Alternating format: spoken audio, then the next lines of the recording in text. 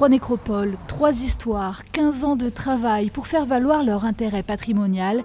Et enfin, ce Graal, les nécropoles de la Chipote, de la Fontenelle et des Tiges reconnues par l'UNESCO. Seule l'usine Le Corbusier de Saint-Dié était déjà inscrite dans le département.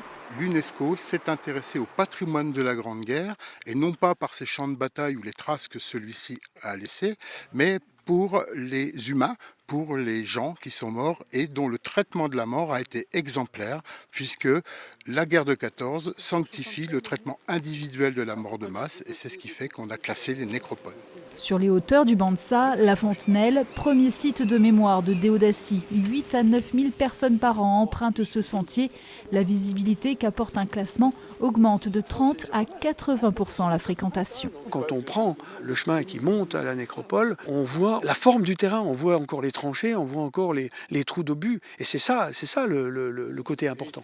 L'État vient d'annoncer sa volonté de créer un jardin de la paix au pied de la nécropole, entretenu par des bénévoles. Un site historique qui, dès 1918, a été repéré par le gouvernement de l'époque pour en faire un lieu témoin de l'histoire. C'est à la Fontenelle qu'a eu lieu la plus grande bataille du département des Vosges dans la guerre de position, la guerre de tranchées, et qui a donné lieu en effet à la plupart des pertes que vous voyez autour. Mais ce site a été emblématique parce que les soldats qui sont venus combattre ici, d'abord des soldats qui venaient de l'Ain ou du Jura, puis des soldats de toutes les régions et à la fin également des Américains, démontrent son caractère mondial rien que sur cette petite colline.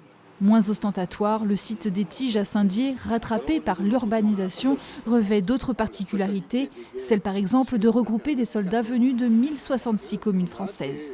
C'est une nécropole de synthèse. En fait, tout autour de nous, les près de 2600 morts qui sont enterrés ici, soit en tombe individuelle, soit dans les fosses communes que nous avons autour, viennent de la plupart des secteurs de la Déodacie. Il y a aussi ceux qui sont morts en formation sanitaire, que ce soit des ambulances ou des hôpitaux, qui ont été regroupés ici dans les années 20. Un site dont l'histoire a dû être fouillée pour le valoriser auprès de l'UNESCO et qui devra être aménagé pour accueillir le public. Pour le mettre en valeur, je pense qu'il n'y a pas que le site de Saint-Dié, c'est les 3 sites qu'il faut mettre en valeur en même temps, c'est la Fontenelle, la Chipote et Saint-Dié, de manière à faire un parcours. On est dans les Vosges, les voies vertes, les vélos.